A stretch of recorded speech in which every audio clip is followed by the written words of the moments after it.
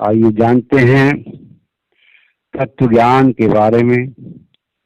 मानव का शरीर 5 तत्व और 3 गुणों से तैयार हुआ और छठा महातत्व अर्थात चेतन तत्व के बिना इस मानव चोले की कोई कीमत नहीं है।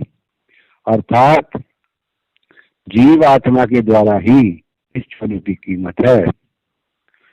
उस आत्मा की ही सत्ता है और आत्मा परमात्मा का अंश है, वही सत्य है। उसी को जानना आत्मज्ञान है। गीता के अध्याय 2 में 17वें श्लोक में बताया है,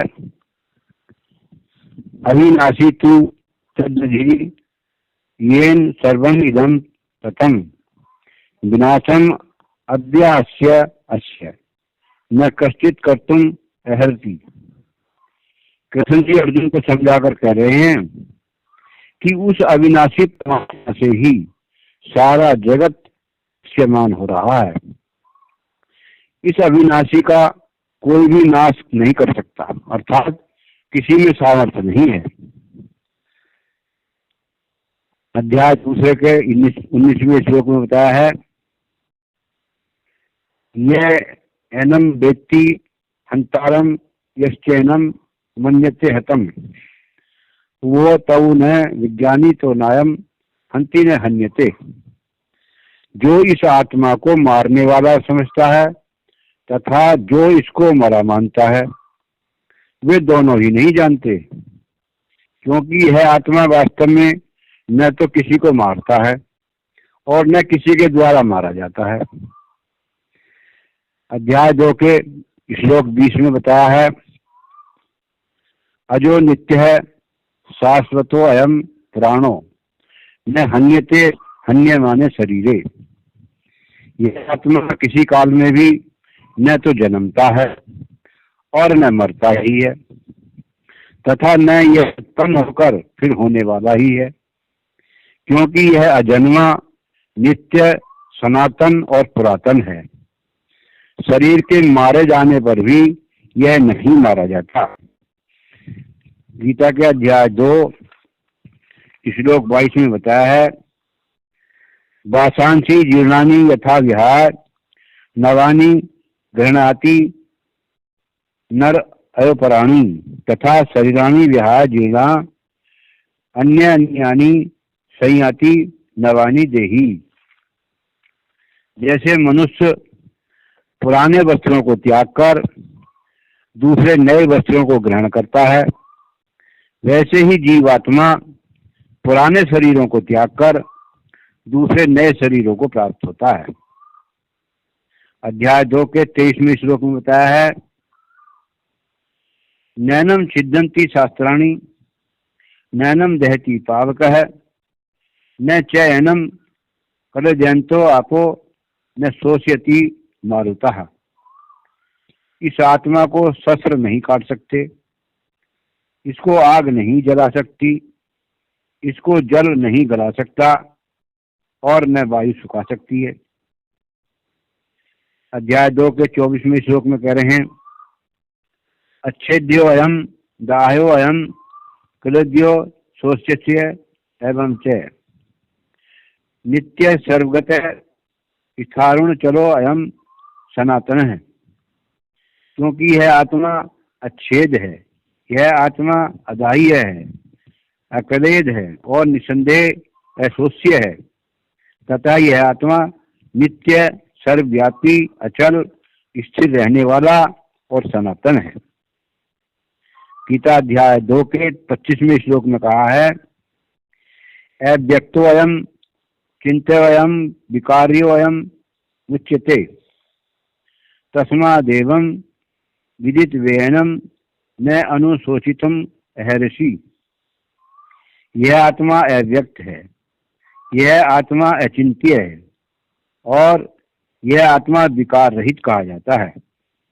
इससे हे अर्जुन, इस आत्मा को उपयुक्त प्रकार जानकर तू शोक करने को योग्य नहीं है। गीता अध्याय 2 के 29वें श्लोक में कह रहे हैं, आश्चर्य पश्यति कश्चिदेनम आश्चर्य वद वदति तथैव च अन्य आश्चर्य वच्चेनम अन्य शृणोति श्रुत्वाप्यनम वेद न चैव कश्चित्। कोई एक महापुरुष ही इस आत्मा को आश्चर्य की भांति देखता है और वैसे ही दूसरा कोई महापुरुष ही इसको तत्व का आश्चर्य की भांति वर्णन करता है, तथा दूसरा कोई अधिकारी पुरुष ही इसे आश्चर्य की भांति सुनता है, और कोई कोई तो सुनकर भी इसको नहीं जानता। निज अनुभव वर्णन करूं दिया ज्ञान प्रभु सोय, तेरा है तुझ में रहे करत समर्पण सोय। सबका जीवन प्राण है सबका एक आधार, अज अद्वैत अनाम है परम पुरुष करतार। सब तत्वों का ज्ञान है परम पुरुष विज्ञान, सहज योग अभ्यास है डोर विहंगम जान। मन सतगुरु आदेश है सत्य करो उपदेश, भला बुरा जग मानई संत चले निज देश। परमपिता परमात्मा ने जो ज्ञान हमें बख्शा है वह ज्ञान प्रभु का है और प्रभु में ही रहेगा, अर्थात आत्मा का ज्ञान आत्मा में ही है।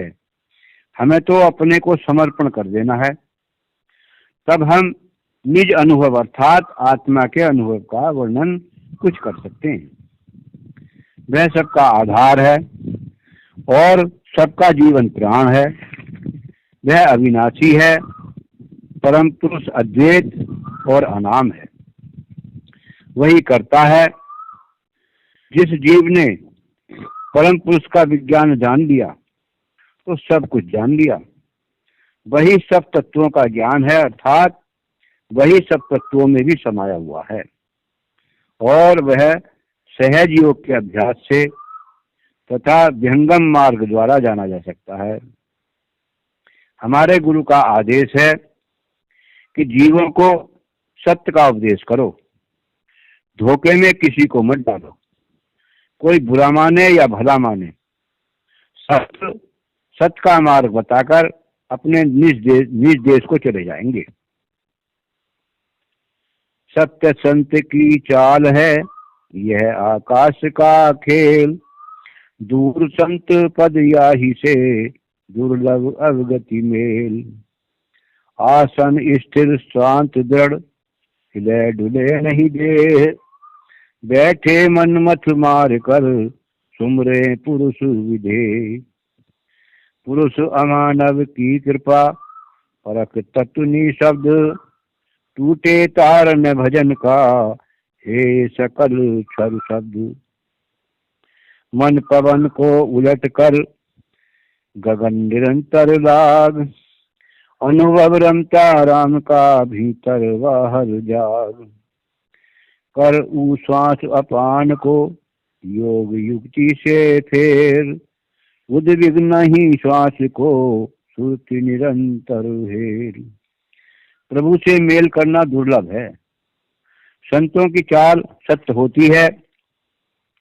संत मान बढ़ाई तथा पद प्रतिष्ठा से दूर रहते हैं। संत बताते हैं कि शरीर हिले डुले नहीं और एकांत में शांति से आसन को स्थिर करे और मन को दृढ़ पूर्वक परमात्मा के सुमिरन में लगावे, तथा विधेय पुरुष अर्थात परमात्मा की कृपा से निशब्द तत्व की परख होगी। तब भजन का तार नहीं टूटेगा, अर्थात भजन निरंतर होगा। और बताया है कि क्षर शब्द अर्थात वाचिक शब्द तो उसके सामने छोटे हैं। और बताया है कि मन पवन को उलटकर गगन मंडल में निरंतर लगा, तब उस राम का अनुभव होगा जो बाहर भीतर अर्थात सब जगह रमा हुआ है। और कह रहे हैं कि जो श्वास का आना और जाना है अर्थात प्राण अपान को योग युक्ति से फिर श्वास में निरंतर सुरती को लगा, और श्वास में कोई विघ्न न पड़े और श्वासों श्वासों में प्रभु का भजन होता रहे। नहीं देह नहीं दृश्य है, नहीं जग सुख दुख भान, श्वेत भूमि है अगम गम, पूर्ण पुरुष पुराण। श्वेत भूमि अंतिम मिले, रोम रोम ध्वनि एक, एक राग एक तान है, एक एक रह एक। अष्ट चक्र संपुट रहे, अर्धमुखी तन माही, फूले सदगुरु की कृपा, उधर गगन मुख जाही। मुद्रा प्राणायाम सब बंद करे नहीं संत, गुरु प्रसाद फूले कमल, संतमता पर अंत। सुषमन चवर डोलावती, नोवत अनहद बाज, जगमग ज्योति हो रही, शब्द निरंतर गाज। पूर्ण ब्रह्म परमात्मा जिस लोक में रहते हैं वहां का वर्णन करते हुए कह रहे हैं कि वहां न तो देह है और न ही दृश्य है और न ही सुख दुख है। वहां की भूमि अगम है और श्वेत है, रोम रोम से एक ही ध्वनि हो रही है। वहां पर एक ही राग और एक ही तान है, वहां पर सब एक ही है। और आगे बता रहे हैं कि शरीर में अष्ट चक्र अर्धमुखी हैं, जो सदगुरु की कृपा से खिल जाते हैं और उनका मुख उधर्व तथा गगनमुखी हो जाता है। संत मुद्रा प्राणायाम बंद आदि नहीं करते, उनके कमल गुरु के प्रसाद से ही खुल जाते हैं, ऐसा संतों का मत है। और वहां पर सुषमन चवर डोलाती है और अनहद बाजे हर समय बज रहे हैं, जगमग ज्योति हो रही है तथा शब्द की ध्वनि निरंतर गाज रही है। कबीर साहब ने अपनी वाणी में समझाया भी है। क्या कह रहे हैं कि वस्तु कहीं ढूंढे कहीं, किस विध आवे हाथ, और वस्तु तब पाइए जब भेजी लीजिए साथ। भजन के माध्यम से कह रहे हैं, मोको कहाँ ढूंढे बंदे, मैं तो तेरे पास में, ना तीरथ में ना मूरत में, ना एकांत निवास में। मोको कहाँ ढूंढे बंदे, मैं तो तेरे पास में। ना मंदिर में ना मस्जिद में, ना कावे कैलाश में। मोको कहाँ ढूंढे बंदे, मैं तो तेरे पास में। ना तीरथ में ना मूरत में, ना एकांत निवास में, ना मंदिर में ना मस्जिद में, ना कावे कैलाश में। मोको कहाँ ढूंढे बंदे, मैं तो तेरे पास में। और कह रहे हैं, ना मैं जप में ना मैं तप में, ना मैं व्रत उपवास में। ना मैं जप में ना मैं तप में, ना मैं व्रत उपवास में। ना मैं क्रिया कर्म में रहता, ना मैं योग संन्यास में। ना मैं क्रिया कर्म में रहता, ना मैं योग संन्यास में। मोको कहाँ ढूंढे बंदे, मैं तो तेरे पास में। ना तीर्थ में ना मूरत में, ना एकांत निवास में। नहीं प्राण में नहीं पिंड में, ना ब्रह्मांड आकाश में। ना मैं त्रिकुटी भमर गुफा में, सब श्वासों के सांस में। नहीं प्राण में नहीं पिंड में, ना ब्रह्मांड आकाश में। ना मैं त्रिकुटी भमर गुफा में, सब श्वासों के सांस में। मुझको कहाँ ढूंढे बंदे, मैं तो तेरे पास में, ना तीरथ में ना मूरत में ना एकांत निवास में। और खोजी होए तुरंत मिल जाऊं, खोजी होए तुरंत मिल जाऊं, पल भर की तलाश में। कहें कबीर सुनो भाई साधु, मैं तो हूँ विश्वास में। और खोजी होए तुरंत मिल जाऊं, पल भर की तलाश में। कहें कबीर सुनो भाई साधु, मैं तो हूँ विश्वास में। मुझको कहाँ ढूंढे बंदे, मैं तो तेरे पास में, ना तीरथ में ना मूरत में ना एकांत निवास में। मुझको कहाँ ढूंढे बंदे, मैं तो तेरे पास में। कबीर साहब कह रहे हैं कि हे भोले मानव, मुझे तू कहाँ ढूंढ रहा है, मैं तो तेरे पास में हूँ। और कह रहे हैं कि ना तीरथ में हूँ ना मूरत में हूँ, ना मंदिर में हूँ ना मस्जिद में हूँ, और न काबे में हूँ ना कैलाश में हूँ, और न ही जप तप व्रत उपवास आदि में हूँ। और कह रहे हैं कि ना मैं क्रियाकर्म में, और न योग संन्यास में, और न ही प्राण में न पिंड में, और न ही ब्रह्मांड आकाश में हूँ। और आगे कह रहे हैं कि मैं त्रिकुटी भ्रमर गुफा में भी नहीं, मैं तो सब श्वासों के सांस में हूँ। यदि कोई खोजी हो तो मैं पल भर में तुरंत मिल जाऊंगा। कबीर साहब कह रहे हैं कि हे साधुओं सुनो, मैं तो विश्वास में हूँ। अर्थात जिसे प्रभु पर विश्वास नहीं है तथा सदगुरु पर विश्वास नहीं है, उसे कभी भी और कहीं पर भी नहीं मिल सकता। और जिसे पूर्ण विश्वास हो जाता है, उसके लिए सब जगह परमात्मा है। इस संसार में जो कुछ होता हुआ दिखाई दे रहा है, वह सब परमात्मा के द्वारा ही हो रहा है। आप सब सोचें और विचार करें, और जो आपके मन को अच्छा लगे वह करें।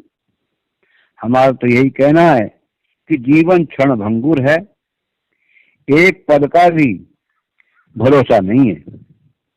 यदि अपने जीवन का कल्याण करना है, अर्थात भव सागर से पार होना है, तो प्रभु का भजन करें। यही एक सरल उपाय है। सत्य।